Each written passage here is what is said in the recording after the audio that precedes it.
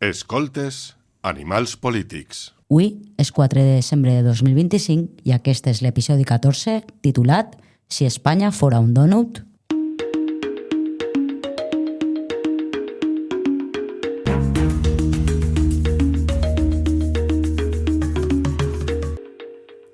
S'acaben de commemorar els 50 anys de la mort del dictador Francisco Franco.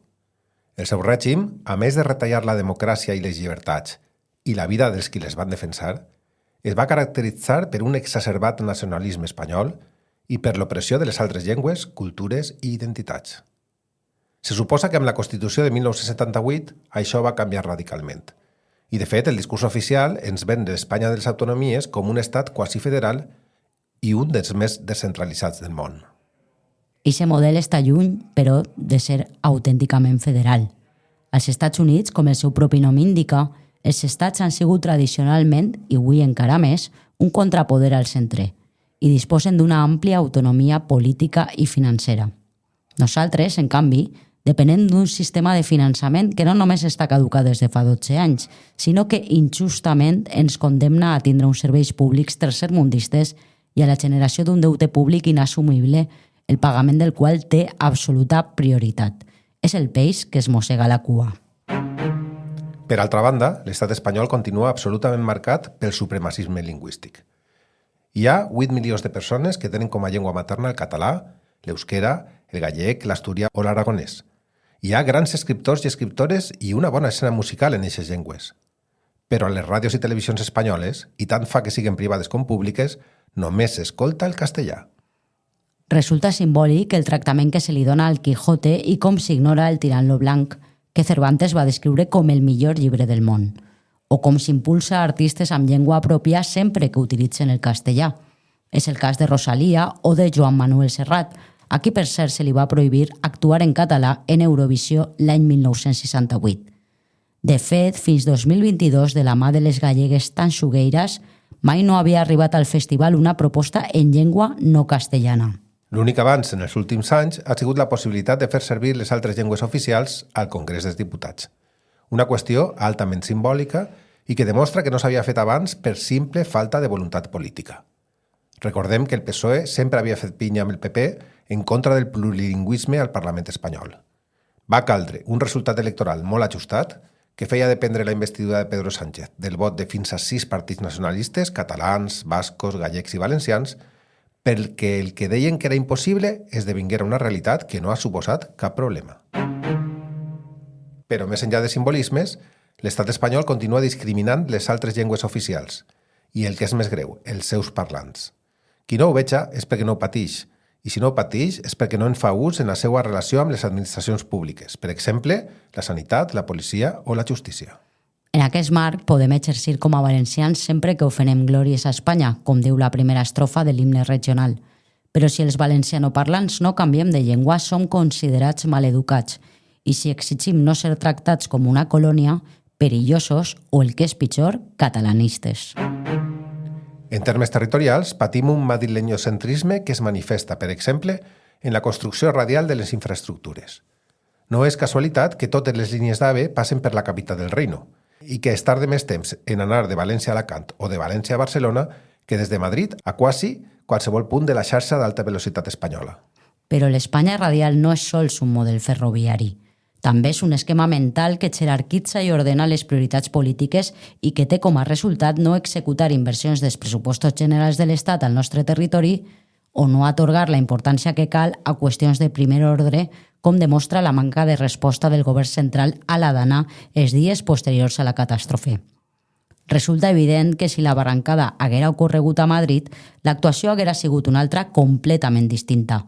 Però com va passar al País Valencià, el càlcul polític va dominar-ho tot, passant per damunt de les necessitats del nostre veïnat, que va patir 3 dies d'absolut abandonament institucional. Cal dir que no som els valencians els únics menystinguts. Tots els pobles de l'Estat senten greuges respecte d'una capital que concentra el poder polític, econòmic i mediàtic, per a benefici d'unes elits absolutament endogàmiques. De fet, els madrilenys de classe treballadora també en són patidors. Molts d'ells acaben expulsats d'una ciutat cada vegada més gran, cada vegada més cara i cada vegada més excloent. Si Espanya fora un donut, Madrid no existiria. I això seria un problema menys per a tots nosaltres, perquè a hores d'ara el factor Madrid ho distorsiona i contamina absolutament tot, convertint el que en diem Espanya en un element altament tòxic que afecta la nostra paciència, la nostra economia i les nostres vides.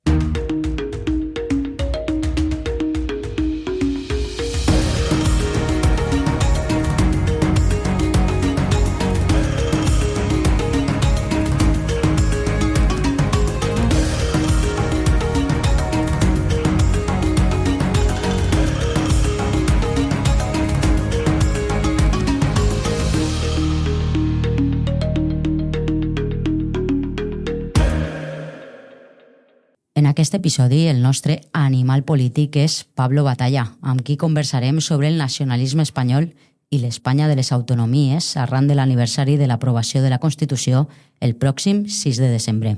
Pablo Batalla Cueto va néixer a Xixón, Astúries, i es va llicenciar en Història per la Universitat de Salamanca. Es guanya la vida com a periodista, corrector d'estil, traductor i assagista. Col·labora en mitjans com Nortes, La Marea, Público, Jotdown i El País. Ha dirigit a Quemarropa, el periòdic oficial de la Setmana Negra, i és coordinador de la revista cultural El Cuaderno. Escriptor prolífic, en els últims 8 anys ha publicat 6 llibres.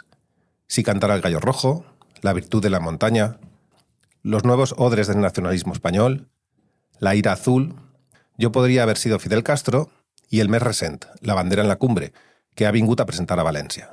Pablo, benvingut a Animals Polítics i gràcies per acompanyar-nos. Gracias a vosotros, encantado.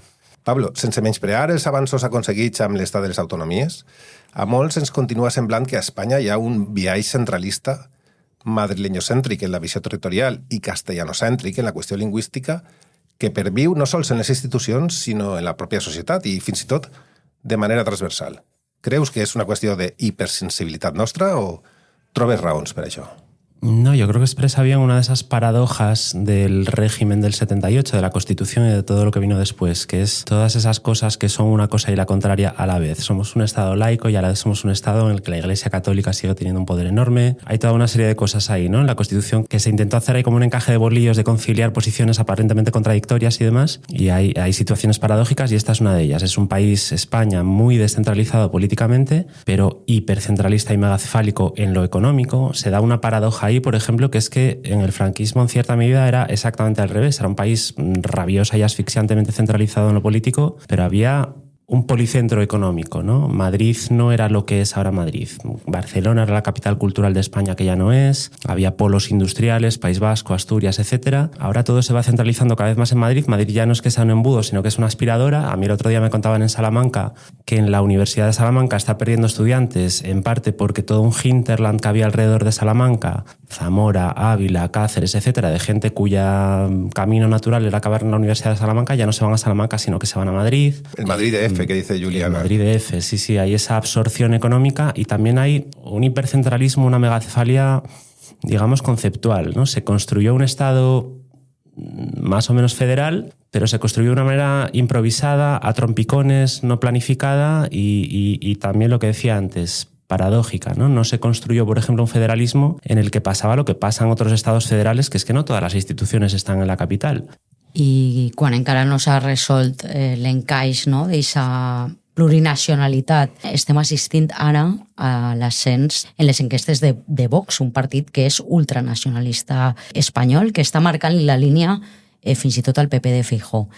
Veus factible una ofensiva recentralitzadora en el cas que, per exemple, en les pròximes eleccions generals governe PP i Vox, o la inèrcia institucional podria esmorteir ese colp? Pues en principio creo que no, en la medida en la que si el gobierno es de coalición y el socio fuerte es el PP, al PP no le interesa acabar con las autonomías porque son gran parte de su poder. Al PP no le interesa dejar de tener la Generalitat Valenciana o dejar de tener la Xunta gallega. Si Vox fuera el socio mayoritario, que es un escenario que podemos imaginarnos a futuro, todo puede pasar, habría más peligro, pero creo que pese a todo no creo que a Vox le interese tampoco perder ese aporte de dinero, de recursos recursos, de altavoces que también son las autonomías para ellos, ¿no? O sea, salvo una situación en la que Vox saque una mayoría absoluta, tenga un poder absoluto con el cual pueda organizar España como quiera, en la medida en la que no pueda, yo creo que no le va a interesar, ¿no? Va a hacer ruido, va a hacer cosas, pero no va verdaderamente, va a ser todo como muy cosmético, no va verdaderamente a lanzar una ofensiva de verdad contra la organización autonómica, sino que lo que va a hacer va a ser ponerla a su servicio. Pablo, en el teu llibre Los nuevos odres del nacionalismo espanyol analitzes el ressorgiment de mites històrics com Blas de Lezo, que encara que a molts ens sonen profundament ridículs o directament es queden fora del radar, estan servint per a constituir el relat d'un espanyolisme testosterònic a l'estil Pérez Reverte. I en eixa línia destaques també l'èxit d'un llibre supervendes com Imperiofòbia i Leyenda negra. Explica-li als nostres oients despistats, com nosaltres també, de què va este revisionisme històric. Sí, lo que utilizaba en aquel libro es una metáfora triple tomada de la religión para referirme pues, a que cualquier movimiento político o social del tipo que sea que aspire a triunfar necesita ser eficaz en 3 niveles distintos de complejidad en su propaganda. Necesita teólogos, misioneros y catequistas. Necesita, pues en el caso del cristianismo, necesitó al Santo Tomás de Aquino que te escribía 30 páginas incomprensibles sobre la Santísima Trinidad, pero también al San Patricio que cuando iba a Irlanda a evangelizar a los paganos les enseñaba un trébol de 3 hojas y les decía, esto es la Santísima Trinidad, en 3 hojas en una misma planta, ¿no? Y con eso bastaba. Necesitas encapsular la complejidad del teólogo en eso, mecanismos de propaganda inmediatamente eficaces, y la reflexión que yo me hacía en ese libro, y me la sigo haciendo, es que el nacionalismo español está siendo muy eficaz en todos los niveles de complejidad, y lo mismo te saca una camiseta que dice yo soy española, ¿qué quieres que te gane?, que te saca un tocho de 500 páginas de defensa del papel histórico del imperialismo español, ¿no? Pero al final las dos cosas están cumpliendo el mismo papel. Esas 500 páginas de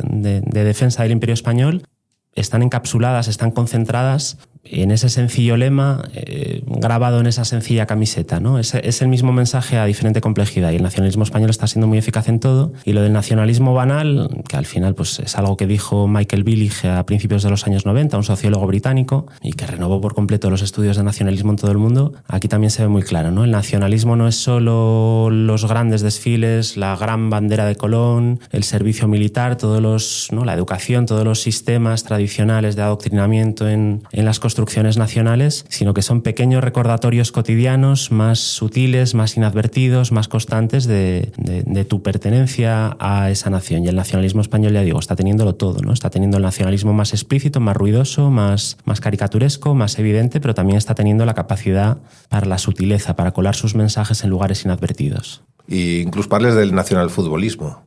Claro, el papel del fútbol, ¿no? Eric Hobsbawm, el gran historiador marxista británico, decía, refiriéndose al papel de las selecciones nacionales de fútbol, que la comunidad imaginada de millones de personas que es la nación resulta más fácilmente comprensible si la reduces a 11 tíos de los que te conoces los nombres. El fútbol ha tenido ese papel, el deporte en general ha tenido ese papel de construcción nacional. Por ejemplo, yo la historia de la Vuelta la conozco menos, pero la del Tour de Francia, tú ves las etapas, el itinerario del primer Tour de Francia, que fue en 1901 o algo así, y ves que iban todo por la costa, luego por los Pirineos, luego por los Alpes, Alsacia y Lorena y tal, ¿no? O sea, trazar el contorno de la nación y recordárselo a los franceses en un momento en el que la nación francesa no estaba construida, porque en aquel momento, y eso lo explica muy bien Eugen Weber en un libro que se llama De campesinos a franceses, otro clásico de los estudios del nacionalismo, en aquel momento no se hablaba francés en zonas enteras de Francia, y no me refiero a Bretaña, País Vasco, Rosellón, Alsacia, Lorena y Córcega, sino a los alrededores de Orleans, por ejemplo. Había que construir la nación, y el ciclismo, como cualquier otro deporte, también sirvió para eso, y en España lo mismo. El papel de la selección en concreto, con aquellas victorias en las 2 Eurocopas de 2008, 2012 y en el Mundial, pues fue inestimable para el nacionalismo español, ¿no? De ahí salieron cosas en una forma eufórica, festiva, alegre y tal, que después adquirieron otro significado, ¿no? La bandera que se cuelga en el balcón para celebrar la victoria de la selección luego se cuelga en el contexto del referéndum catalán para expresar indignación contra ello. El a por ellos que se les grita a los futbolistas en aquel momento, luego se les acaba gritando a los antidisturbios que van allá a pegar porrazos, ¿no? Hay cosas que, por así decir, saca a relucir esa euforia festiva que después adquiere un significado más violento. En esa línia que estàs comentant, en el referèndum de l'1 d'octubre del 2017, que va ser un èxit d'organització per a l'independentisme català, clar, la resposta d'Espanya va ser brutal, no? De l'estat espanyol va ser brutal. Va irrompre en la consulta amb els antiavalots, va aplicar després l'article 155 de la Constitució, va empresonar els seus dirigents polítics i socials, Tu creus que el suport a aquesta resposta que es va estendre per tot arreu, amb banderes d'Espanya, com estaves comentant als balcons, creus que el procés es va utilitzar com una fita per a precisament reforzar ese nacionalismo o hacer crecer ese nacionalismo español? Yo creo que hay un refuerzo mutuo. Al final, pues los auges nacionalistas siempre se refuerzan los unos a los otros y todo nacionalismo tiene un otro con O mayúscula al que odia y contra el que lucha, pero que a la vez le codetermina, ¿no? O sea, todos nos parecemos un poco a nuestro peor enemigo, decía Nietzsche, y muchas veces eso, el enemigo al que odiamos también es el enemigo al que imitamos para construirnos como una versión opuesta, como un negativo de él, pero al fin y al cabo con la misma forma, ¿no? Y cualquier nacionalismo, ya digo, tiene un otro con el que se codetermina, ¿no? El francés y el alemán, el griego y el turco, el polaco y el ruso, ¿no? Siempre hay ese enemigo histórico que te codetermina. Pero la paradoja del nacionalismo español o la singularidad del nacionalismo español es que ese papel histórico de otro, suyo, no lo han cumplido los franceses a pesar de que tuvimos una guerra salvaje y terrible contra los franceses. Hacia Francia siempre sentimos más bien una frustrada admiración, ¿no? Lo que queríamos ser, a lo que nos queríamos parecer y demás. Sobre todo el otro del nacionalismo español han sido los nacionalismos subestatales alternativos dentro de la misma España y sobre todo el catalán. O sea, el otro odiado del nacionalismo español sobre todo ha sido el catalán y eso es algo bastante singular en el mundo. Normalmente es un enemigo exterior con el que sucede eso, pero en España el odio, la lucha y demás siempre ha sido sobre todo contra el nacionalismo catalán. Y siquiera tanto con el vasco, que también, sino con el catalán. I parlant de les llengües, la imposició del castellà com a llengua única ha sigut revertida en major o menor grau en les comunitats autònomes amb llengua pròpia, però continua sent una realitat en l'estat espanyol en el seu conjunt. Tots els continguts dels mitjans de comunicació públics o privats són en castellà.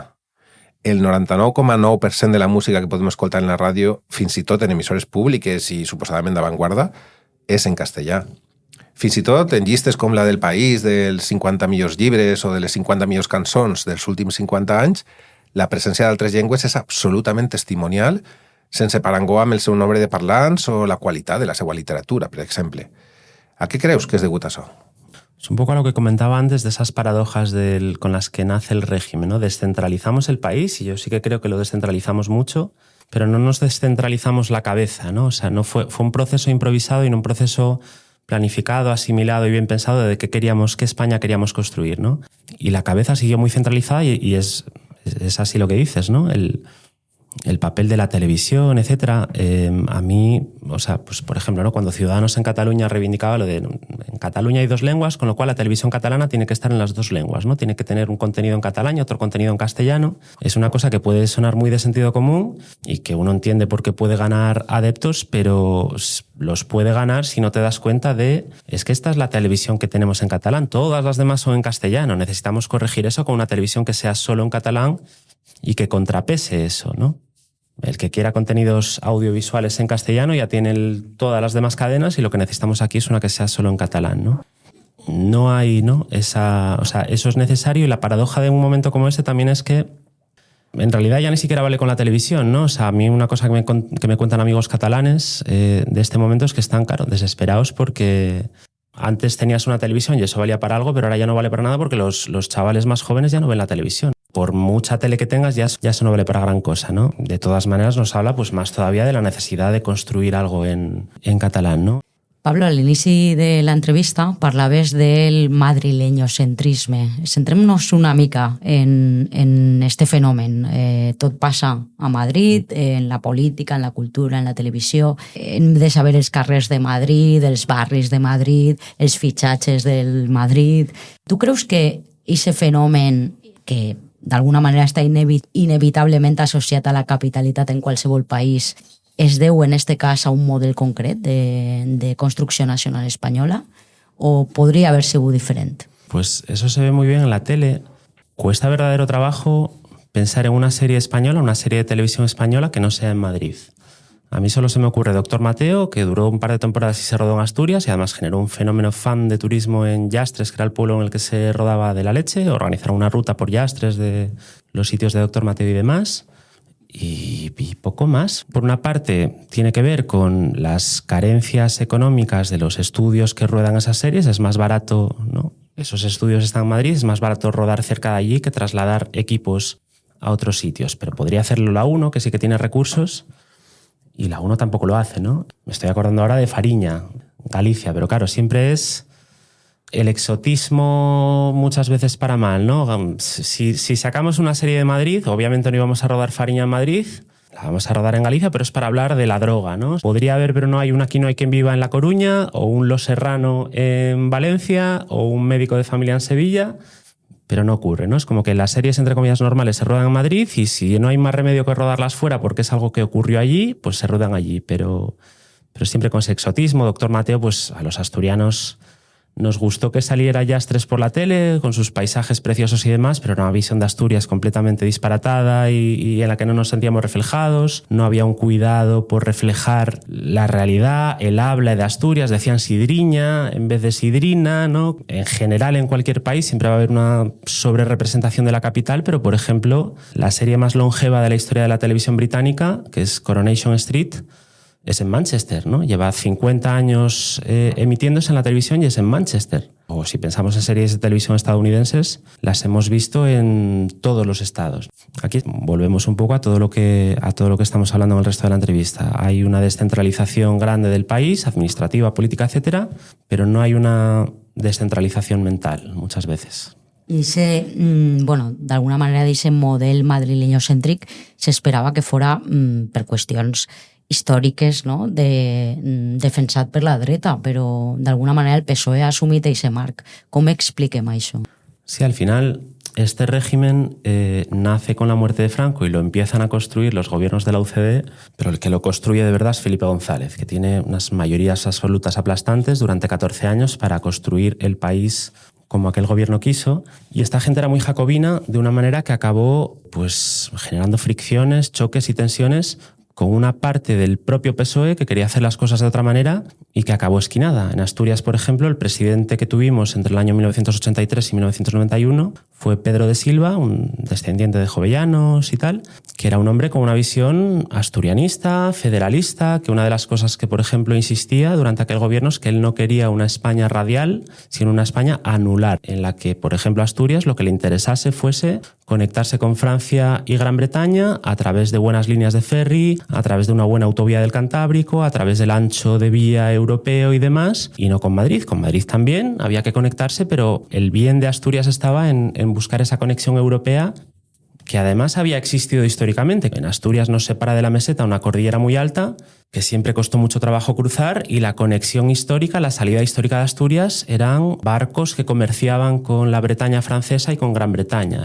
Ha habido durante siglos un comercio muy fértil un comercio muy fértil con Gran Bretaña, que, por ejemplo, pues les vendía avellanas, les vendía naranjas que se cultivaron en Asturias, en una zona en la que hay un microclima así caluroso que permite el cultivo de naranjas, y había eso, mucho comercio con Gran Bretaña y demás. O sea, era reforzar esa conexión histórica, no inventársela. Pero Felipe González dijo que no, y este hombre en el año 91 podría haber seguido siendo el candidato del PSOE en las elecciones de aquel año, pero él dijo que ya no quería seguir gobernando porque no le estaban dejando desarrollar su programa, y pusieron ahí a un felipista, Juan Luis Rodríguez Vigil, que es una persona que hoy por hoy se dedica, por ejemplo, a echar la firma en mesas de firmas que convoca Vox contra la oficialidad de la lengua asturiana, no? Es una persona del PSOE, que sigue en el PSOE, però és ese PSOE, no? És molt interessant perquè el que estàs contant com a asturià de la vostra realitat s'assembla molt a la nostra, no? La posició d'aquesta Espanya radial, que no té en compte el que ha sigut la relació històrica amb el Mediterrani i també, lògicament, amb Catalunya per part del País Valencià. I és interessant perquè normalment sempre es contraposa el nacionalisme espanyol solament amb els nacionalismes històrics, entre cometes, amb un component independentista, no? Com el català o el basc. Però en realitat trobe que el nacionalisme espanyol afecta a tots els pobles de l'Estat com a projecte uniformitzador que d'una banda nega o menysprea la diferència i per l'altra s'apropia de part dels mites o el folklore assimilant-los, no? És una cosa que han denunciat moltes vegades els andalusos. En aquest sentit, m'agradaria conèixer la teva visió com a asturià, no? De com pateix Astúries el nacionalisme espanyol, i també que ens contes un poc la situació de la llengua, de l'asturià. Quina és la realitat en aquests moments social i legal? Pues la realidad es que sí que sale reconocida la necesidad de proteger y promocionar la lengua asturiana en el estatuto, y no iba a aparecer, pero Pedro de Silva y su gobierno impulsaron que apareciera y acabó apareciendo, pero hubo un debate ahí semántico sobre entre los que querían llamarlo dialecto, los que querían llamarlo lengua, y al final lo que se encontró fue llamar modalidad lingüística, pues propia de la tierra, será objeto de protección, promoción y demás. En aquellos años 80 ya se empezaron a hacer cosas, el asturiano empezó a entrar en los colegios ya en el año 84, 85, yo lo di de pequeño, pero era una optativa, la escogías si querías y si no, no.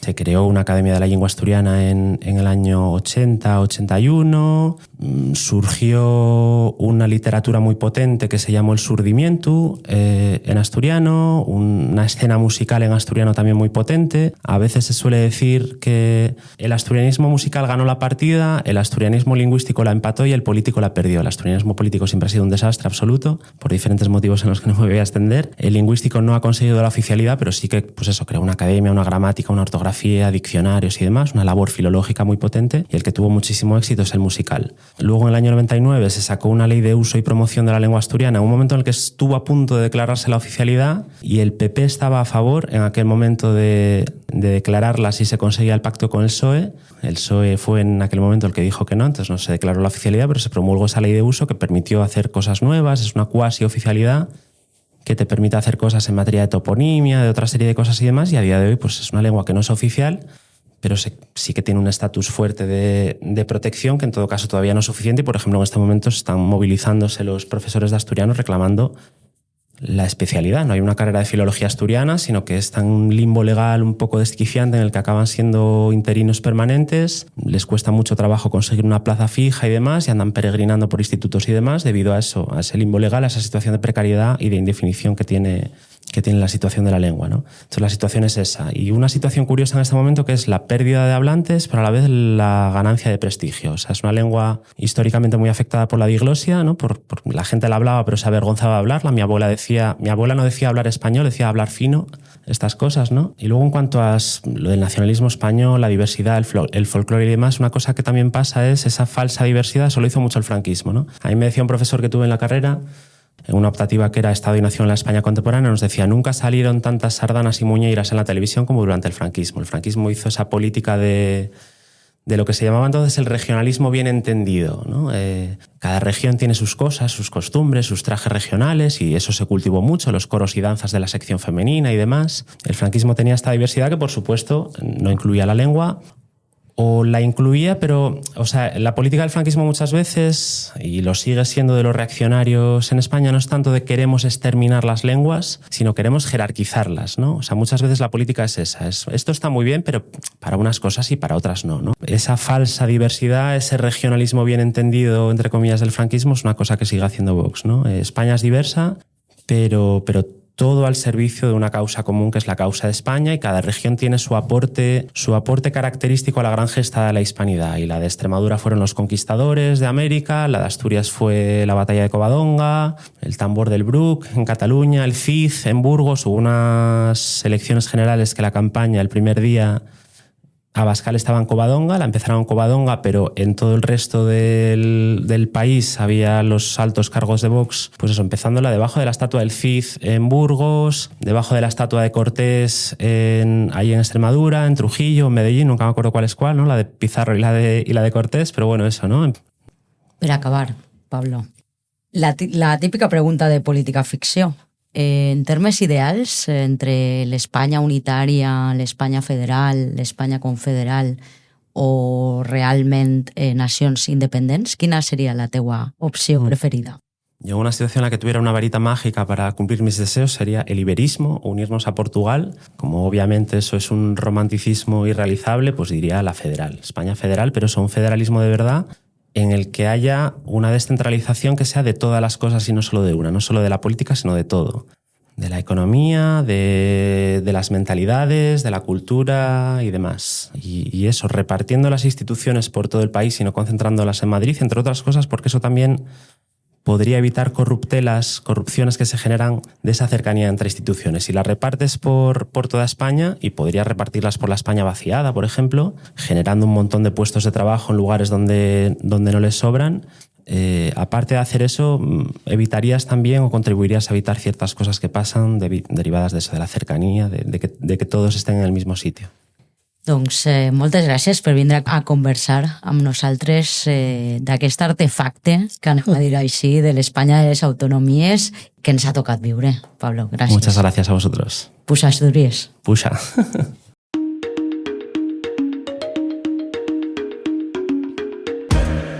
Per acabar, escoltem una selecció de notes de veu que ens aporten enfocaments addicionals i complementaris al tema tractat.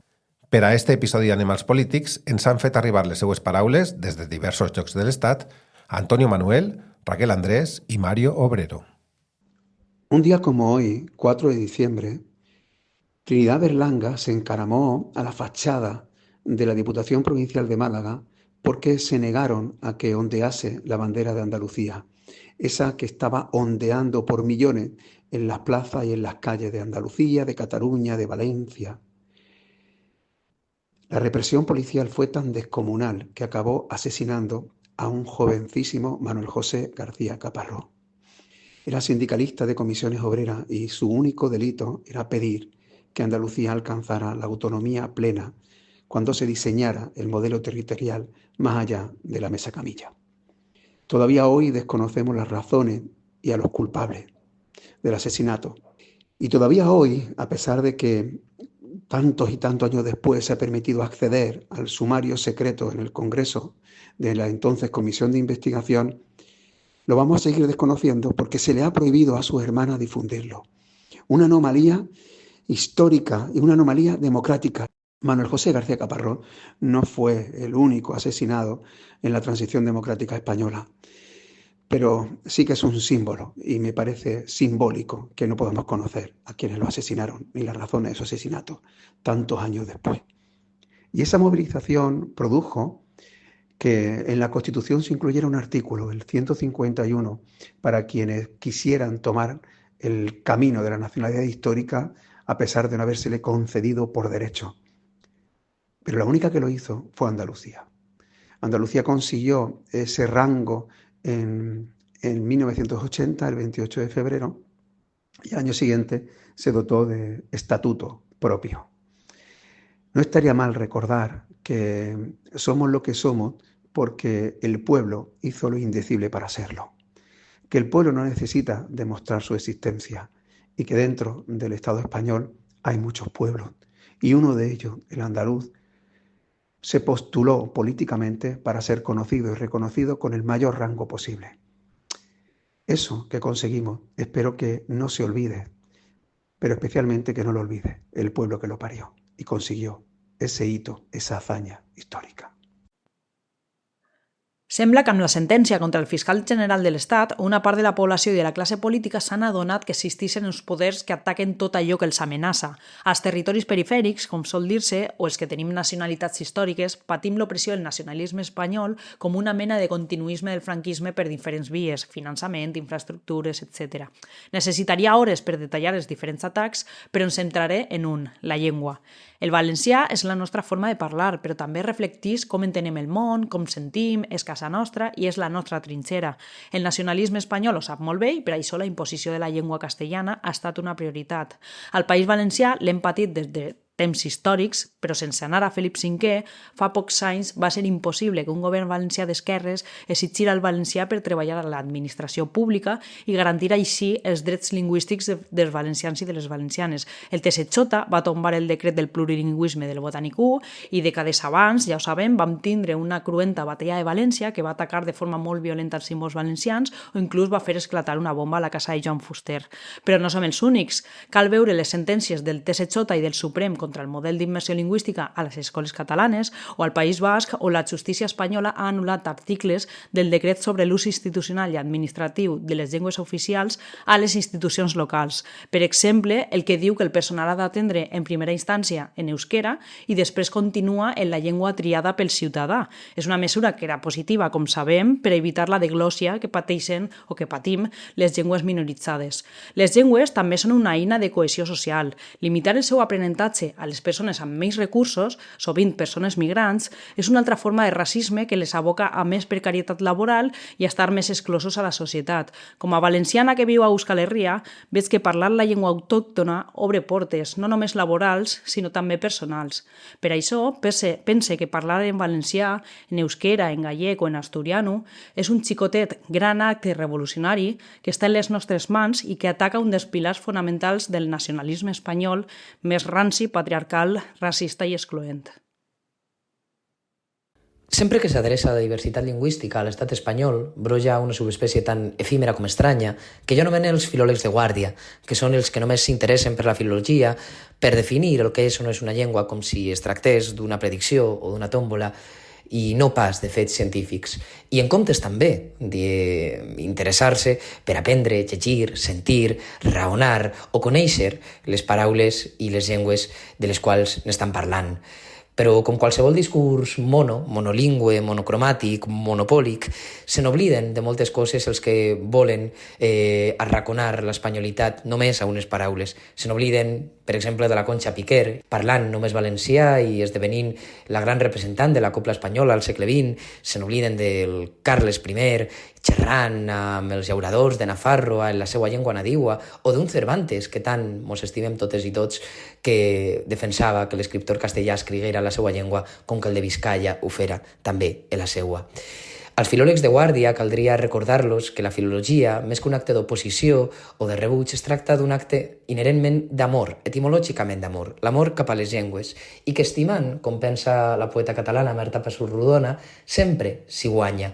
I si som capaços d'estimar-nos els territoris des de la seva gastronomia, des del fet d'estiuejar, des de les seues platges i paisatges, també estem més que benvinguts, siguem d'allà o no, a travessar i endinsar-nos en una part tan inherent de qualsevol terra com són les seues paraules, com és la seva llengua. I pot ser-siga estrany que un xic de Getafe parle valencià, però no deixa de ser més estrany, ben mirat, aquesta dèria vocació dels filòlegs de guàrdia per destruir, per oposar-se, per fins i tot voler acabar amb un fet tan inherent com la pluridiversitat lingüística, que malgrat segles i malgrat oposicions i malgrat la diglòssia i la imposició, sempre ha estat i sempre hi serà per deixar-nos escollir en comptes de l'oposició i l'odi cap a allò altre, l'estima, el respecte, el reconeixement i, al cap i a la fi, la joia. Antonio, Raquel, Mario, moltes gràcies per les vostres aportacions. Això ha sigut l'episodi número 14 d'Animals Polítics. Podeu subscriure-vos i escoltar-nos a totes les plataformes i trobar-nos al nostre canal de Telegram i a les xarxes. Fins la propera setmana.